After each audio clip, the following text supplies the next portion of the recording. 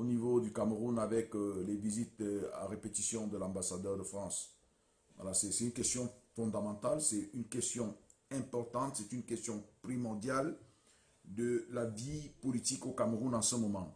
Donc l'alternance se joue à ce moment. L'alternance se joue, c'est un signe. Mais les Camerounais ne voient pas, je sais bien, je me demande bien ce qu'ils sont en train de voir en ce moment, alors que quelque chose est en train de se passer dans leur pays. Donc je vous demande de partager, Non, ce n'est pas une question d'aléa de l'heure tardive, mon cher. Nous, il y a plein de directs où vous allez trouver des gens en train de raconter n'importe quoi. Il y aura des milliers là-bas. Ce n'est pas une affaire d'aléa de l'heure. Ce n'est pas tard. Il est bientôt... Bon, alors, dès que nous sommes trois, je vais déjà présenter sommairement ce que nous sommes en train de faire. Ça fait 3 fois de suite, je dis 3 fois de suite en moins de 3 mois. En moins de 3 mois, parce que la première fois c'était le 5 mars, que M. Christophe Guilou a été reçu par le président Paul Biya. Il a été reçu au Palais de l'Unité à étudier à Yaoundé. Quand les Camerounais ont commencé à se plaindre de l'absence de leur président, à la suite de cette maladie qui est en train de faire des ravages dans notre pays et dans le monde, quand les Camerounais, 2 mois après, quand les Camerounais se posaient des questions, M. Guilou, l'ambassadeur de France, s'est rendu au Palais de l'Unité à Yaoundé. Il a rencontré le président Biya. Dernièrement encore, il a rencontré le président Biya. Ça fait 3 fois que cet ambassadeur, j'ai dit 3 fois que cet ambassadeur se retrouve ou se trouve au Palais de l'Unité. Nous voulons donc comprendre pourquoi cet ambassadeur se retrouve au Palais de l'Unité. Pour le faire, j'ai convié à ce débat M. Christian Pendaïkoka, qui est le président du mouvement Agir et le président de Survie Cameroun. C'est un des grands experts des questions de stratégie, d'économie, de finances au Cameroun. C'est vraiment la fine fleur. Il m'est souvent arrivé de penser à M. Pendaïkoka comme Premier ministre de la République du Cameroun, chargé chargé des programmes, de programmer, de reprogrammer l'économie camerounaise. J'ai toujours pensé à lui comme ce ministre de l'économie et des finances qui viendra apporter beaucoup dans le développement de notre pays.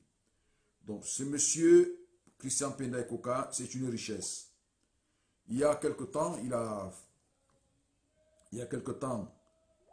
fait un tweet où il s'interrogeait et il questionnait la raison pour laquelle monsieur l'ambassadeur de France était au Palais de l'Unité. Et ce qui est un drame dans tout cela, c'est que vous voyez cet ambassadeur qui arrive, monsieur Guilou, on n'a jamais vu cela. On n'a jamais vu cela, que ce soit en France, aux États-Unis, où un ambassadeur est reçu. Et quand il sort de sa rencontre avec le président de la République, le chef de l'État, ce dernier se met devant le perron du palais présidentiel ou de la présidence, devant des journalistes, et il se met à dire, à répondre aux questions des journalistes. Ça, c'est du jamais vu. C'est du jamais vu.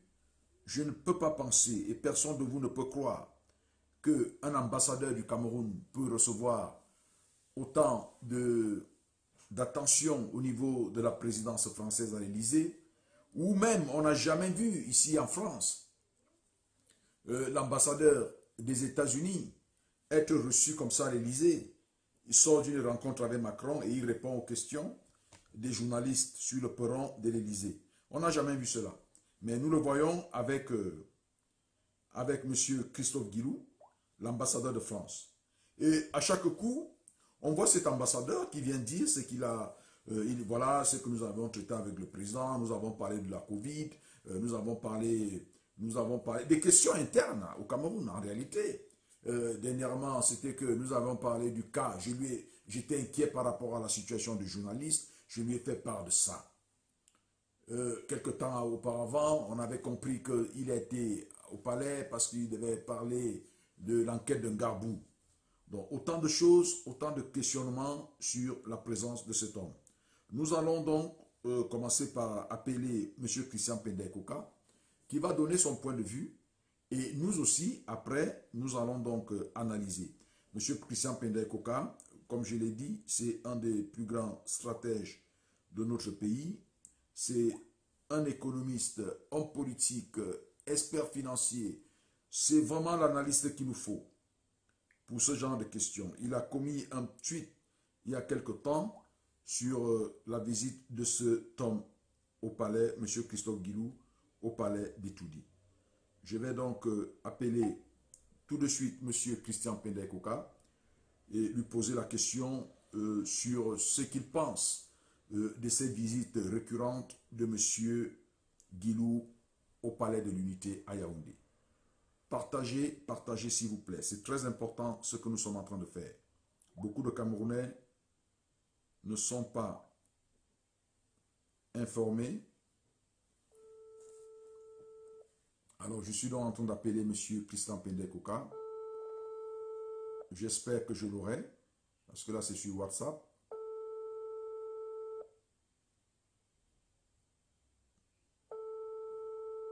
J'espère, là, il nous attendait à 21h30. Je crois qu'au Cameroun, il est 21h30. Donc, nous allons...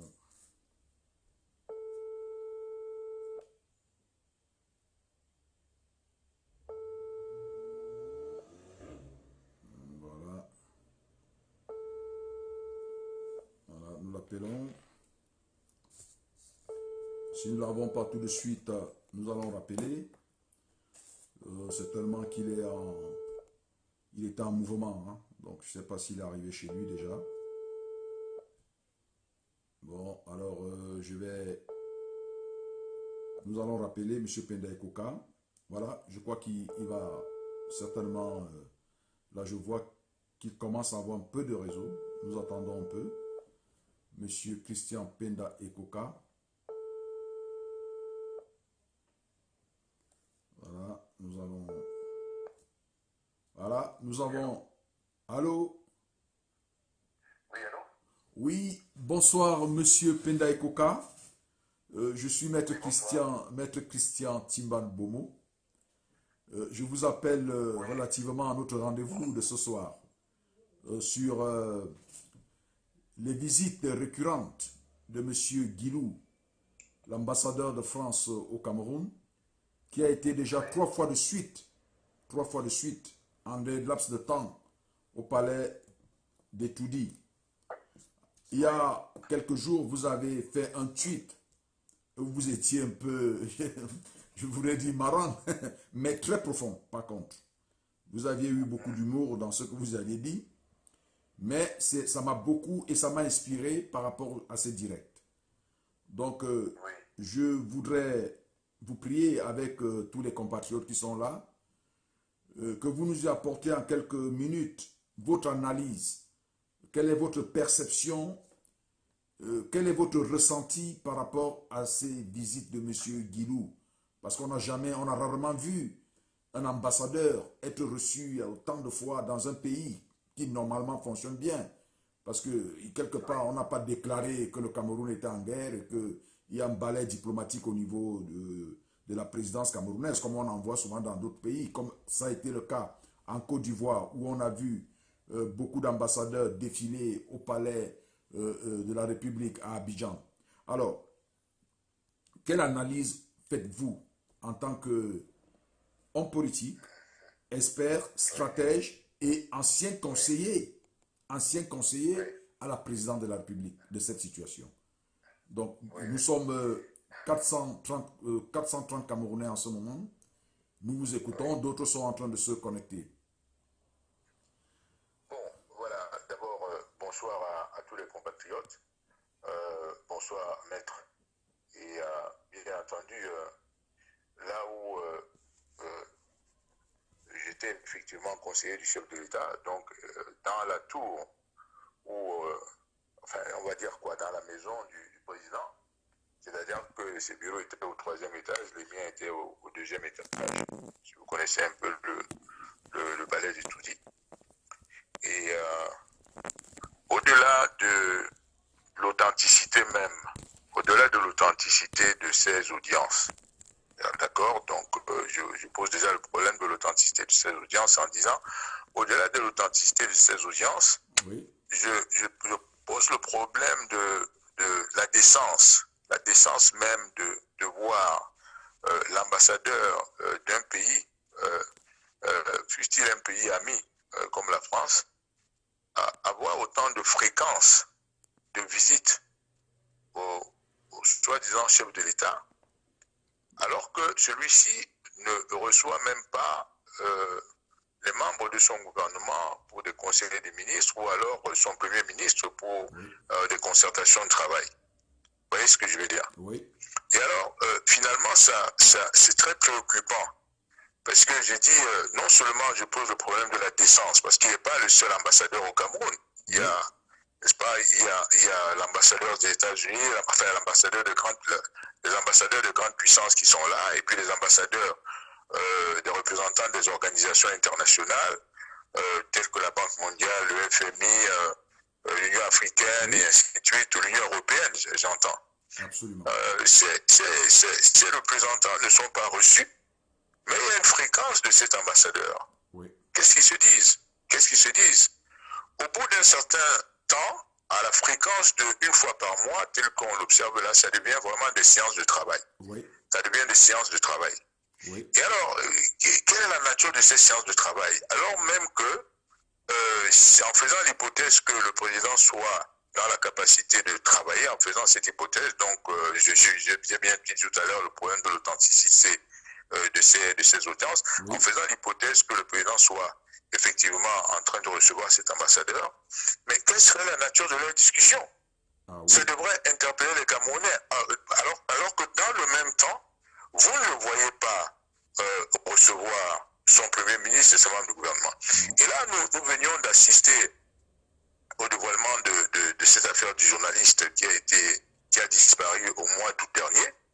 Mais c'est l'ambassadeur qui vient nous dire, n'est-ce pas, que le président a instruit une enquête à ce sujet, alors même que la disparition, n'est-ce pas, dans des conditions tragiques de ce journaliste aurait dû provoquer l'indignation du chef de l'État. Absolument. Aurait dû provoquer l'indignation du chef de l'État. Il aurait dû, parce qu'après tout, l'État est censé être le protecteur des citoyens et lui, il est garant du bon fonctionnement du chef de l'État. Il est garant du bon fonctionnement de cet État. Il est garant, n'est-ce pas, des droits et libertés fondamentales. Mais qu'on ait vécu une telle tragédie et qu'il n'en soit pas indigné, c'est vraiment, ça pose beaucoup de questions. Je vais dire sur sa relation avec cet ambassadeur et sur la nature de ce qu'ils se disent. Et d'un autre côté, ça devient un peu, c'est quoi exactement? Il est le pompier d'une situation qui a été mal faite. Il est le pompier des institutions qui ont été mal faites. Parce que finalement, on a l'impression qu'on est dans un...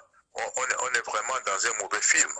Parce que si on pose là tous les problèmes de la transition, tous les problèmes de la succession, tels que vous le savez, parce que dans tous les cas, M. Biya n'est pas éternel. M. Biya n'est pas éternel. Chacun va faire sa vie, arriver à ses âges. Naturellement, on est au crépuscule de sa vie et puis on peut envisager, on envisage d'autres choses.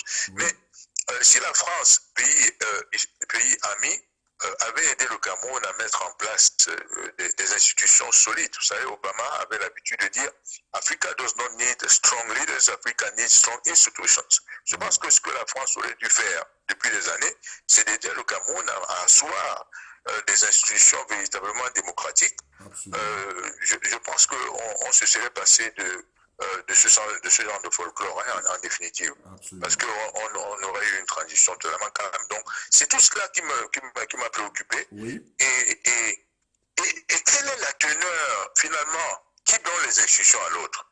Je vais demander, maître. Oui. Finalement, qui donne des instructions à l'autre. Même ça, vous ne savez pas. Non. Alors, est-on là dans une situation de soumission volontaire, de servitude volontaire, comme l'aurait appelé la Russie? On n'en sait rien. C'est lui l'ambassadeur qui vient nous dire la teneur de discussion. Voilà. Ce n'est même pas votre chef d'État qui vient vous dire de quoi ils ont discuté. Mais c'est quand même une situation un peu incongrue. C'est insolite. Ce n'est pas votre chef d'État qui vient vous dire la teneur des discussions. Et là, nous nous trouvons aujourd'hui dans une situation où vous avez un chef d'État, mais au fond qui n'impulse plus rien, oui. qui n'anticipe plus rien, oui. qui ne projette plus le Cameroun dans l'avenir. Ça pose toutes ces questions. Un sérieux problème. Oui, ça pose un sérieux problème. Et n'impulsant plus rien, ne projetant plus rien, n'anticipant plus rien, il subit le cours des événements. Oui. Il subit le cours des choses, il ne les influence plus. C'est dans cette situation que nous sommes. Quand vous la regardez du point de vue stratégique, vous n'êtes plus étonné de toutes les crises multiformes auxquelles le Cameroun fait face. Vous vous souvenez même de la crise anglophone.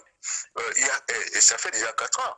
Mais oui. Lorsque cette crise a éclaté à la fin de l'année 2016, il n'y avait pas d'armes oui. dans les régions du nord-ouest et du sud-ouest. Il n'y avait aucune arme. Oui. Or, ils ont fait le déni du problème.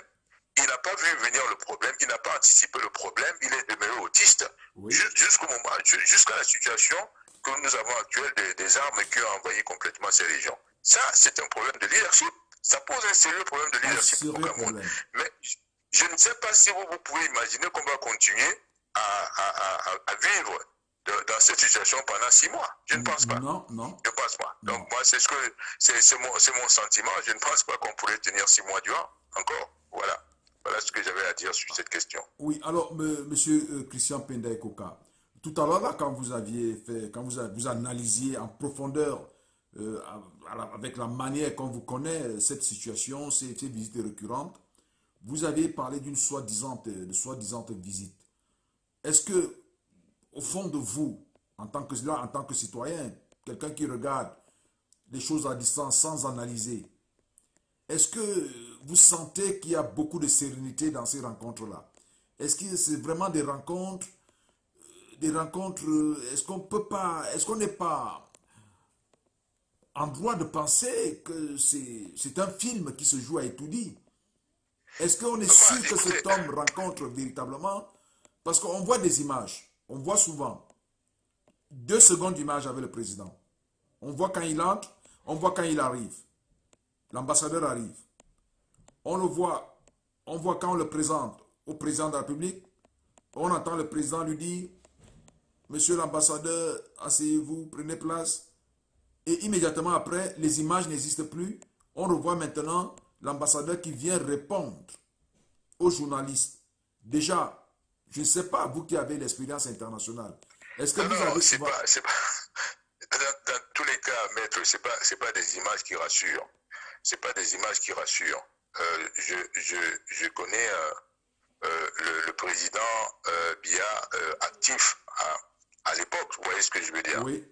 Je pense que s'il était en situation de comprendre que les Camerounais ont besoin qu'il soit là, qu'il donne des preuves, oui. Qu'il donne des preuves qu'il est en capacité de gouverner le pays et tout ça, je ne sais pas ce qu'il aurait fait. Je ne pense pas que c'est ce qu'il aurait fait. Vous voyez, il y a des choses plus simples à faire. Oui. Il y a un petit bain de foule à prendre oui. Sur le boulevard du 20 mai. Il y a à saluer les gens, n'est-ce pas, on le voit. Il y a à recevoir son Premier ministre, vous voyez ce que je veux dire, recevoir son Premier ministre, et puis dans il n'a jamais reçu. C'est quelqu'un qui gesticule beaucoup, hein, si vous avez fait attention. Généralement, quand il partait, il faisait ses voyages, vous voyez bien à l'aéroport, il est en train de gesticuler, de donner des ordres, et c'est tout ça, bon, voilà. Donc, il a cette gestuelle-là. Donc, vraiment, si c'était cela, je pense qu'il y a fort longtemps, que vous auriez vu autre chose que ce que vous voyez là. Oui. Je crois que vous auriez déjà vu un conseiller des ministres, vous auriez déjà vu le Premier ministre qui soit parti le voir, vous auriez déjà vu en fait un événement qui sort du cadre que vous voyez là et qui nous aurait renseigné sur la situation, sur cette situation, sur sa capacité à gouverner le pays. Et voilà ce que, donc, moi, je peux vous dire que je suis très loin de croire à cette affaire. La chose qui me rassurerait véritablement, c'est de voir le président recevoir son premier ministre, n'est-ce pas, passer sur le boulevard du 20 mai, saluer les gens, prendre un bain de foule, et puis bon, ben, voilà, c'est ça qui va me rassurer, c'est pas ce que je vois là. C'est pas ce que je vois là. Mais bon, le temps va nous le dire assez rapidement. Mais quand vous voyez dans cet ambassadeur qui vient nous rassurer en disant, oui, j'étais avec le président de la République, il était alerte. Il était alerte. C'est comme si, est-ce qu'on n'a pas le sentiment qu'il veut justifier quelque chose? Il est en train de vouloir dire aux Camerounais que oui, monsieur le président Paul Biya est bien portant, je l'ai rencontré. Est-ce que ce n'est pas ça finalement? Est-ce que ce n'est pas ce qu'il est en train de vouloir faire? Surtout que, maître, quelqu'un ne peut pas vous dire que le président est très alerte. Oui. Et vous ne le voyez pas d'après ce que je suis en train de vous dire. Si le président est très alerte, mais il s'adresse de la manière la plus simple aux gens, c'est-à-dire qu'il fait venir son premier ministre, vous le voyez, il discute avec son premier ministre, il fait un conseil de ministres. Je ne comprends pas que les affaires de la République, les affaires d'une République, les affaires du Cameroun se discutent entre l'ambassadeur de France et le président de la République. Ça, c'est très incongru. Voilà. Les affaires, nous sommes dans un régime présidentialiste, et j'allais même dire hyper présidentialiste. Oui. Et donc, l'impulsion vient vraiment du président de la République. C'est un régime hyper présidentialiste. Et dans ce cadre-là, nous ne sommes pas dans un régime parlementaire où le Premier ministre serait le chef de l'exécutif. Oui. Nous sommes dans un régime hyper présidentialiste où le chef de l'exécutif, c'est vraiment le président. Et cette chose est tellement exagérée au Cameroun que celui qui n'est que son assistant, c'est-à-dire qu'il assiste dans l'exécution de sa tâche, c'est-à-dire le secrétaire général, parce que c'est comme ça qu'il est décrit dans l'organisation du travail, et ça, il assiste le chef de l'État dans l'exécution de sa tâche. Celui-là devient même beaucoup plus important que le Premier ministre. Donc, vous voyez bien que, pour vous dire l'importance de ce régime présidentialiste, ou vous allez dire hyper présidentialiste, donc l'impulsion vient de lui. Oui. Et quand l'impulsion ne vient plus de lui, c'est un problème. C'est une tierce personne qui vous dit je l'ai trouvé alerte. Non, on n'a pas besoin de ça. C'est lui qui doit nous prouver qu'il est alerte par les actes qu'il pose. Voilà. Et là, c'est inquiétant. Ça n'a rien à voir avec... ça n'a rien à voir un peu. Je ne sais pas comment vous vous sentiriez en France là-bas si on vient simplement vous annoncer que bon, vous ne voyez pas Macron là-bas pendant une semaine, mais ça va inquiéter tout le monde. Et que c'est l'ambassadeur du Cameroun qui vient dire qu'il disparaisse une demi-journée pour aller en Allemagne, mais ça a été les mois. Ça a été le mois dans toute la France. Donc, un président qui disparaît comme ça une semaine en France, vous savez bien ce que ça fait. Chez nous, c'est des semaines et des semaines. Vous ne le voyez pas et subitement, quelqu'un vient vous annoncer que oui, je l'ai rencontré, il est en super forme. Mais s'il est en super forme, il doit s'exprimer. Voilà. Un président est fait pour s'exprimer, il n'est pas fait pour rester silencieux. Voilà. Et encore, je vais faire une petite remarque avant que... Je vais voir un peu si on pourrait un peu aborder aussi deux petites questions, une question sur le Cameroun. Mais avant d'y arriver, je voudrais quand même votre analyse, votre petite analyse sur cette situation qui voudrait que chaque fois que le président du MRC, votre allié, le professeur Maurice Kamto, quand il dépose sa première requête pour demander auprès du président de l'Assemblée nationale, pour demander à celui-ci d'initier la procédure de la vacance auprès du Conseil constitutionnel, conformément à la Constitution du Cameroun. Le lendemain, l'ambassadeur de France est reçu. Deuxième fois, le président Maurice Kamto, il a tweeté, il a parlé de l'alternance de gré à gré, de ces absences-là, il s'inquiétait. Monsieur Christophe Guilou, il est reçu au palais. Et il y a encore quelques jours, lors de sa dernière sortie, où il était clair là-dessus, où il disait qu'il ne voudrait pas qu'il y ait des gens qui n'ont pas de mandat électif à la tête du Cameroun et qu'il constatait la vacance d'une manière ou d'une autre. Il démontrait qu'il y avait quelque chose, qu'ils étaient, au niveau des Toudis, ils sont passés à autre chose, c'est-à-dire qu'ils voulaient installer un nouveau président, ce qu'on entend par succession de gré à gré. Alors, et immédiatement, on a vu Monsieur Guilou a étudié. Mais est-ce qu'il n'est pas en train de gérer une affaire politique interne au Cameroun en voulant démontrer que le président Biya est là et que le président du MRC n'a pas droit d'alerter l'opinion? Est-ce qu'il n'est pas en train de répondre à une préoccupation nationale qui n'a rien à voir avec la diplomatie? Mais bien entendu, je crois, maître, que c'est une situation extrêmement préoccupante. J'imagine que Maurice Kamto doit être en train de toucher du doigt un endroit qui fait mal. Oui. Vous voyez ce que je veux dire? Oui. Et dès que ça fait mal, et bien, les gens entrent en transe. Oui. Dès que ça fait mal, dès qu'il appuie à cet endroit-là, les gens entrent en transe. Parce que véritablement, ça donne l'impression, on est là dans une situation d'un pays qui est étêté, il n'y a pas de dette, il n'y a plus de dette. Ça, de toute façon, là vous le voyez, hein, il n'y a plus de dette. C'est-à-dire que, je vous dis, c'est à partir de cette dette-là que, dans un régime présidentialiste, l'impulsion se donne. Là vous le voyez. Et soit il est vivant, il n'est pas en capacité de gérer, soit il n'est simplement pas vivant, et puis bon, ben voilà. Ouais. Et je crois que ça doit être très gênant pour la France, parce que très souvent, la France veut jouer dans les pays de son, on va dire quoi, les pays de son cercle-là. La France veut souvent jouer un rôle, comme vous le savez, dans la transition, comme ça a été le cas au niveau de la Côte d'Ivoire et ainsi de suite dans d'autres pays. Oui. Et là, il y a une situation relativement difficile. Parce que, justement, il y a très longtemps, dès 2018, voyant venir cette transition de gré à gré, on l'a dénoncé assez tôt. Si vous vous souvenez de la raison pour laquelle nous avions déjà marché au mois de janvier à Douala, au mois de janvier 2019, et parmi les revendications qu'on faisait, on disait non au gré à gré. Donc nous avions déjà perçu dès la fin de 2018 qu'il y avait cette possibilité de gré à gré, de passage. Et vous savez, dès que vous faites le passage de gré à gré, c'est fini, vous êtes devant une situation, devant ce que je vais appeler le fait accompli. Et bon, la communauté internationale va s'émouvoir, mais il faudrait simplement prendre en compte que bon, c'est fait, et puis bon, voilà, commencer à demander aux gens, ok, si c'est un coup d'État, bon, ben, allez passer le pouvoir au civil, si c'est pas cela, ben, vous prenez acte, comme ça s'est passé aux Zaïre à l'époque, et ainsi de suite. Donc, nous l'avions vu, parce qu'une chose est l'accession au pouvoir, autre chose est la capacité de gouverner. Une chose est, je dis bien, l'accession au pouvoir, et une autre chose est la capacité de gouverner. Vous pouvez voir quelqu'un qui accède au pouvoir, ben, il accède, après vous constatez plus tard qu'il n'a pas la capacité de gouverner, et ben là c'est une autre histoire. Donc, le problème du gré à gré, on l'a très bien vu, on l'a très vite perçu, je veux dire, et c'est la marche.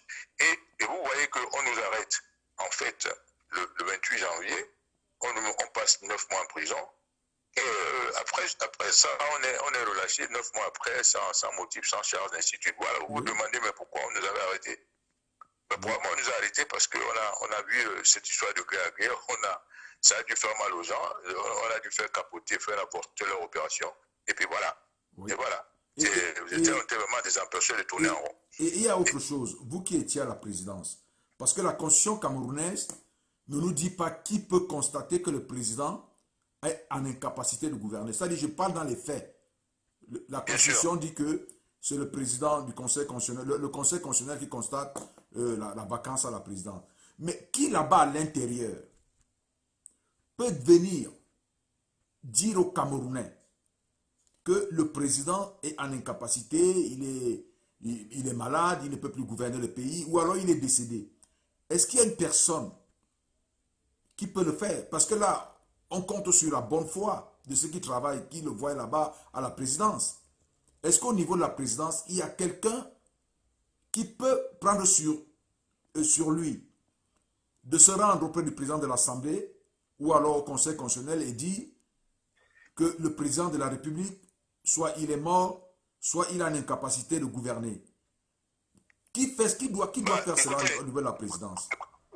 Écoutez, si vous supposez par exemple que le directeur du cabinet civil et le secrétaire général de la présidence de la République sont, on va dire au niveau de la présidence, les deux principaux collaborateurs du chef de l'État sont ceux qui sont censés le voir ou travailler avec lui de manière fréquente et régulière.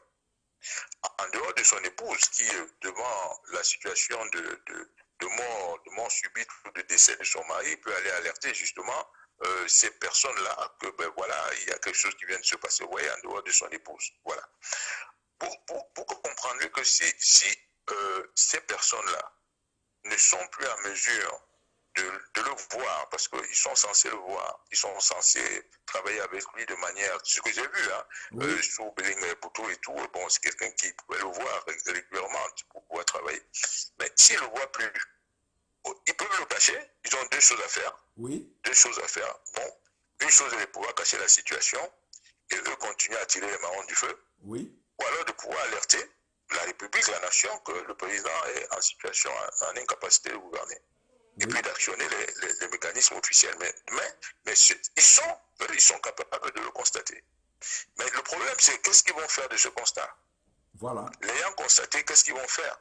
Ils peuvent se dire, au fond, je ne suis ici que par la volonté de ce monsieur. Vous voyez ce que je veux dire? Parce qu'ils ne sont pas élus. Oui. Ils ne sont pas élus. Oui. Les deux personnes que je viens de vous indiquer là, ce n'est pas des personnes élues. Oui. C'est des personnes nommées par le chef de l'État. Oui. Automatiquement, vous pouvez imaginer que l'absence du chef de l'État affecte immédiatement, impacte immédiatement leur position. Oui, ça met fin à leur fonction. Absolument. Ça impacte immédiatement leur position. Voilà. Et à tout ce qui va avec, les privilèges et tout ce que vous pouvez imaginer. Oui. Ça va de soi. Alors, vous pouvez poser la question, qu'est-ce qu'il ferait dans cette situation, ayant constaté que l'autre n'est plus en capacité de le faire. C'est une des choses si vous avez suivi, vous m'avez suivi avant la campagne, c'est-à-dire au moment où je disais que je n'allais plus soutenir le chef de l'État oui. Pour ce mandat-ci, si vous aviez suivi mon raisonnement et que j'allais soutenir un autre candidat, et finalement c'était Moïse Kamto que je soutenais pour les raisons que j'ai déjà données, mais j'avais déjà pris la décision de ne plus soutenir le chef de l'État. Moi déjà, le mandat de 2011 m'apparaissait comme un mandat de trop. Vous voyez, sur le mandat de 2011, le septennat 2011 m'apparaissait déjà comme un mandat de trop. C'est vous dire comment je percevais le septennat de 2018, c'est-à-dire celui-ci. Parce que je voyais le scénario où je verrais un chef d'État faiblissant, n'ayant vraiment plus la force de contrôler quoi que ce soit. Et qu'est-ce qui s'installerait? C'est la guerre des factions. C'est exactement le scénario tel que je l'avais prévu qui est en train de se passer. C'est la guerre des factions. C'est ce scénario qu'on a là. Vous voyez, c'est exactement ça. Et voilà, des factions et qui ont intérêt quelque part chacun a intérêt à dire que l'autre n'est pas parti. Hein. Chacun a intérêt à dire qu'il est en capacité parce que ces gens dépendent essentiellement du décret du président de la République pour leur survie. Et moi, j'ai fait une observation.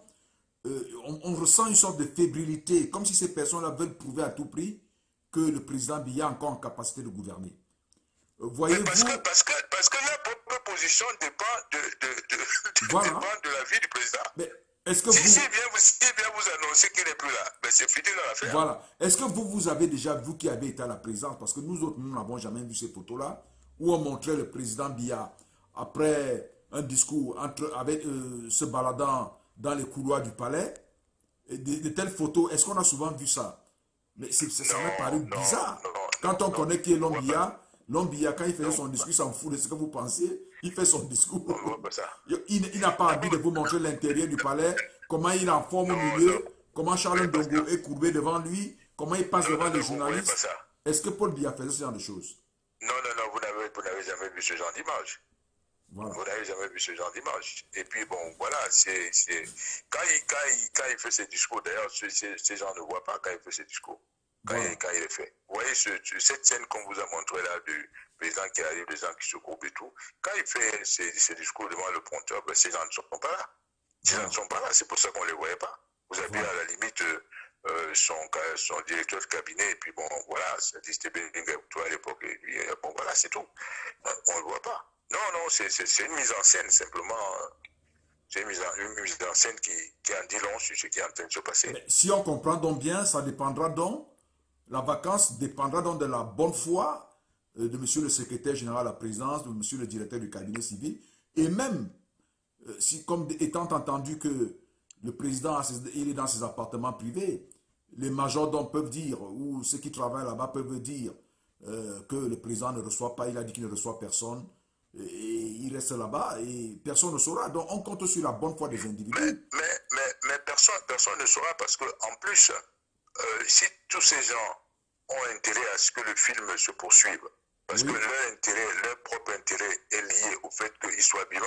Vous voyez ce que je veux dire là? Oui. Parce que s'il est plus vivant, tout le film s'arrête. Donc regardez bien ce que je vous dis. S'il est plus vivant, tout le film s'arrête. Oui. Tous les privilèges s'arrêtent, tout cela s'arrête. Ça veut dire que vous avez une faction de gens qui sont là, qui ont intérêt à dire qu'il est toujours vivant. Oui. Alors qu'il n'est plus en capacité de gouverner. Oui. Nous ne sommes pas dans une situation qui oblige le chef de l'État à travailler avec son Premier ministre et tout cela. Oui. Et qui ferait en sorte que il faudrait qu'au bout d'un certain temps, nous, en tant que population, et c'est ça que les gens craignent quand Maurice Kamto fait ses déclarations. Oui. Parce qu'en fait, ces déclarations voudraient dire qu'il faut qu'il sorte, comme je vous dis là, qu'il prenne un bain de foule. Oui. Parce que moi, ce qui me convaincrait, c'est quand il sortira prendre un bain de foule. C'est quand il recevra son Premier ministre. Là, je serai convaincu. Mais tant que ça se passe comme ça, maître, je ne serais pas convaincu qu'il est encore en capacité de gouverner. Non. C'est pas les visites de l'ambassadeur qui me convainquent, non, pas du tout. Voilà. C'est lui qui s'exprime. D'abord, il sort, il s'exprime, il parle aux populations, il prend un bain de foule. C'est ça qui me convaincra. Mais parce que vous voyez là, je ne serai jamais convaincu. Moi, je suis là dans un état, je suis dans mon état d'esprit, c'est qu'il n'est plus en capacité de gérer le Cameroun. Voilà mon état d'esprit. C'est le même sentiment que j'ai. Et même au sein du RDPC, ils sont convaincus qu'il y a quelque chose qui ne va pas. C'est pour ça qu'ils sont allergiques quand on évoque la question.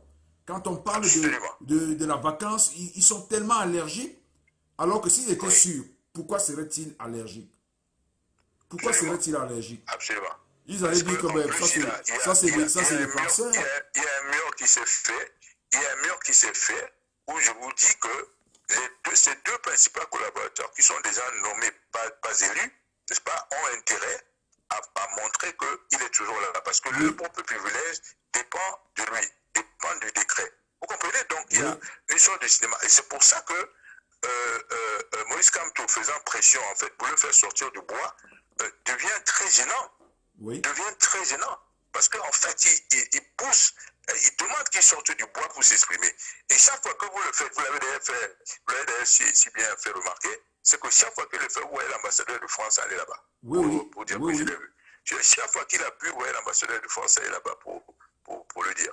Mais il y a une atmosphère très très embêtante à l'intérieur de non seulement et les autres, ils nous disent souvent que voilà, il y a eu notre ambassadeur de l'ONU. Or, monsieur Lousseni Fall, parce que moi j'ai fouiné un peu dans la vie de cet homme. Monsieur Lousseni Fall, le représentant des Nations Unies, du secrétaire général des Nations Unies en Afrique centrale, est un personnage extrêmement contesté. C'est même un personnage pour certains indélicat. Je ne veux pas utiliser le mot.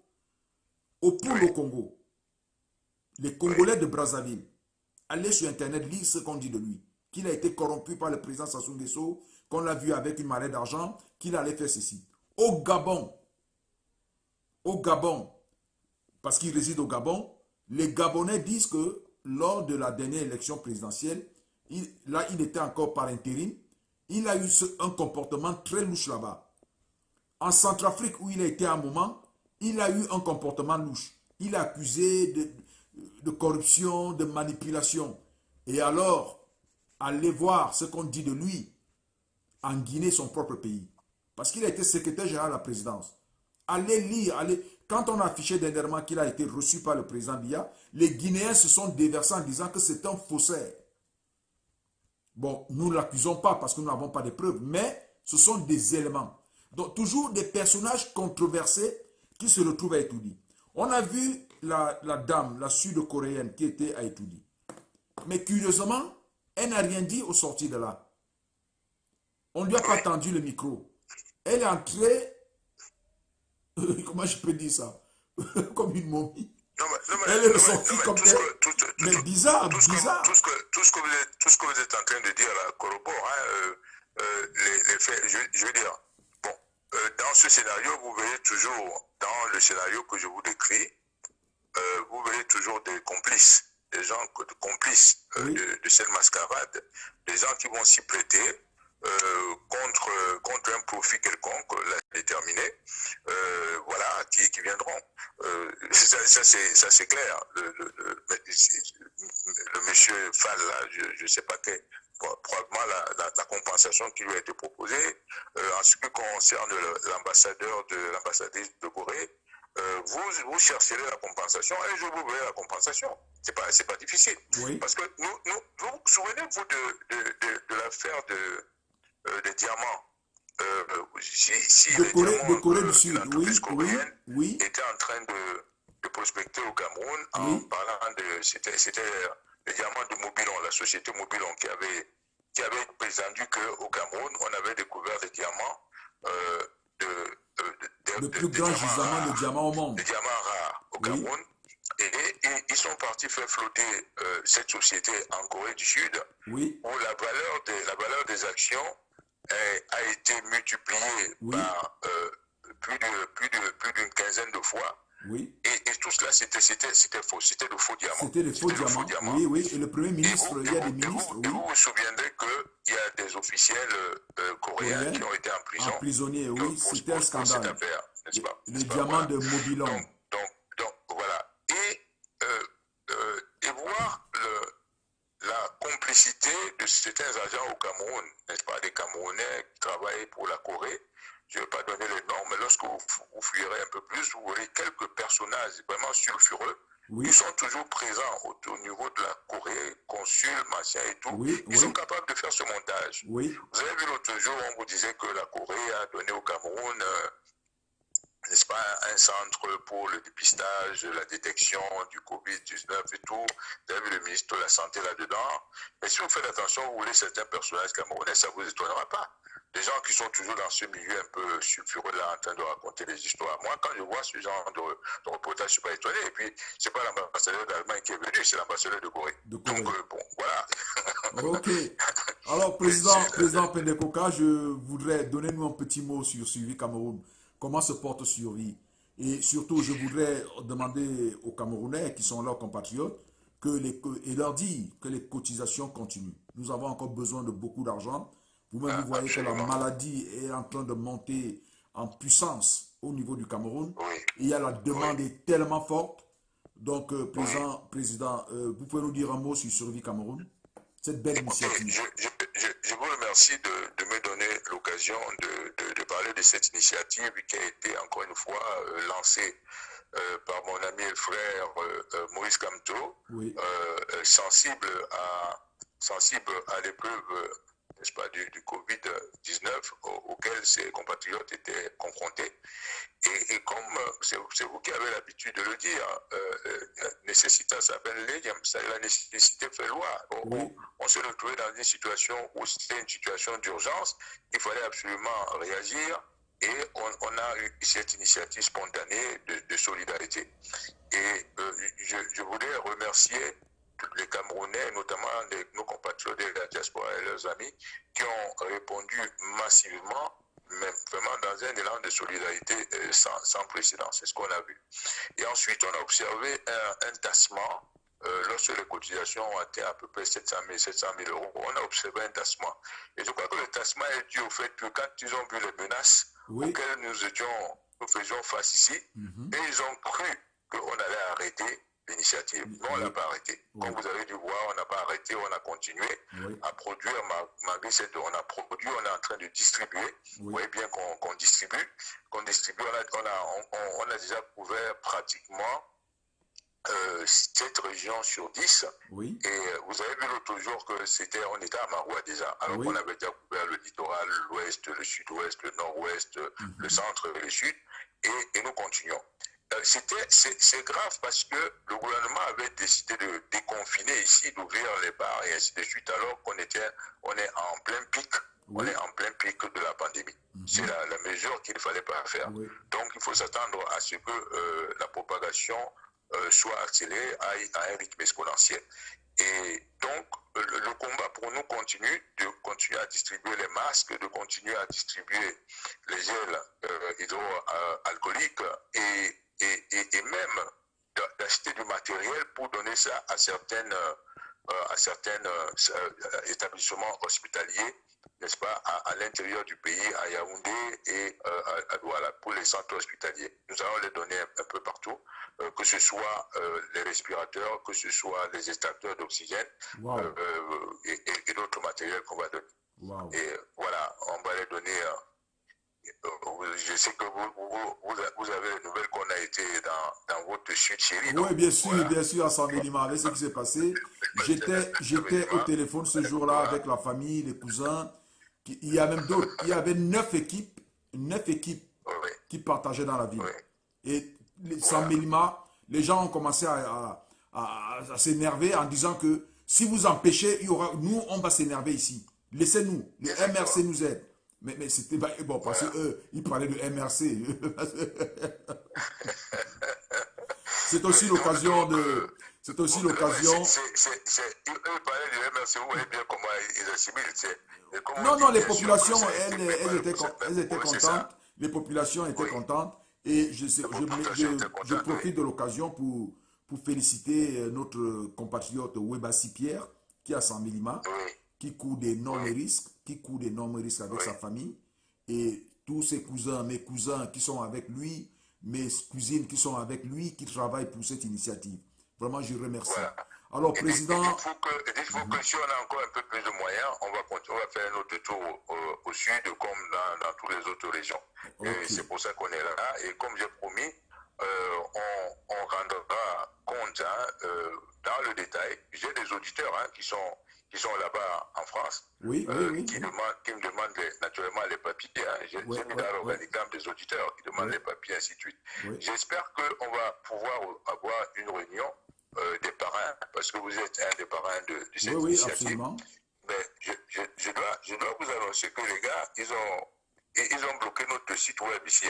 Vous savez, parmi les tracasseries, ils ont bloqué notre site web. Et ben, c'est pour ça que je n'arrive pas souvent à organiser, n'est-ce pas, la fameuse, n'est-ce pas, le groupe de discussion avec les parents, comme je le Oui, parce que depuis, j'ai même failli vous poser la question, mais bon, je me suis dit, bon, il n'y a pas, comme vous avez fait... Ils ont bloqué, si vous ne faites pas ce que vous faites là maintenant, j'essaie de voir comment faire ça, parce que ça devait se faire à travers notre site, mais j'ai demandé aux gens qui sont chargés de TI, les technologies de l'information là, le IT Information Technology, qu'ils essaient de voir comment on pourrait bypasser ça, pour qu'on puisse se réunir, échanger ensemble sur l'initiative avec les parents et ainsi de suite. Je vous assure, on cherche à le faire. Mais ils ont bloqué le site web ici, on va essayer de contourner cette difficulté. Ok, alors Président Christian Pendekoka, je vais vous le dire, devant tout le peuple camerounais, c'est un grand honneur. C'est un grand honneur. C'est un grand honneur. Merci beaucoup. Que vous nous avez fait d'être là ce soir dans ce direct. Vous êtes une des fines fleurs de notre pays. Les Camerounais vous admirent parce que vous avez montré que vous êtes capable de vous sacrifier pour ce peuple. Merci beaucoup. Merci. Et le plaisir est partagé. Voilà. Et je vous dis à très bientôt. À très bientôt. Bonne continuation. Merci beaucoup.